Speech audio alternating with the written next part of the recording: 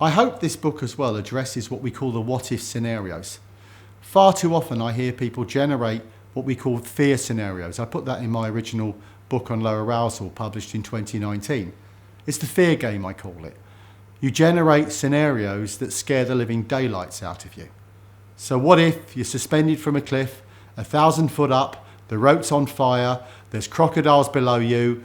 What are you going to do in that situation? And the answer is you're going to die. We generate these things because we catastrophize, because working with people who are challenging can be very scary. So when I've been a trainer in the old days trying to teach people who are quite skeptical about our approaches, and that's quite common, we've had to always get through what we call the what-if scenarios. And people will always generate these scenarios because they come from human fear. They come from that experience that people have that I don't want to get hurt. But also people who don't want to get hurt, often in my experience, don't want to hurt other people. There's a small minority of people in our industry that have no place working with the vulnerable. We know that. I was involved years ago with the Winterbourne View documentary in the UK. I've been involved in other abuse undercover documentaries.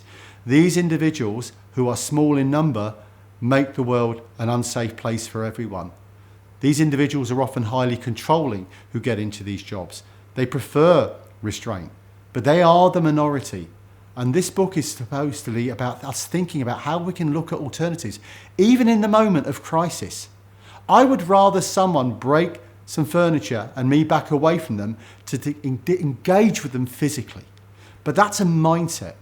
But it also comes from being more confident. To do the Studio 3 approach, you have to be much more confident in managing these situations. There's no way I can get away from that as an example. So a lot of our training and a lot of our approach is about avoiding, it's about preventing situations. But in the moment, it's about being calm, being regulated, and being confident. Because confident, calm, regulated people communicate that to others.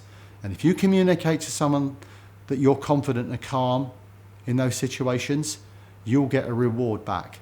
You'll get that person who's stressed and hypervigilant calming too.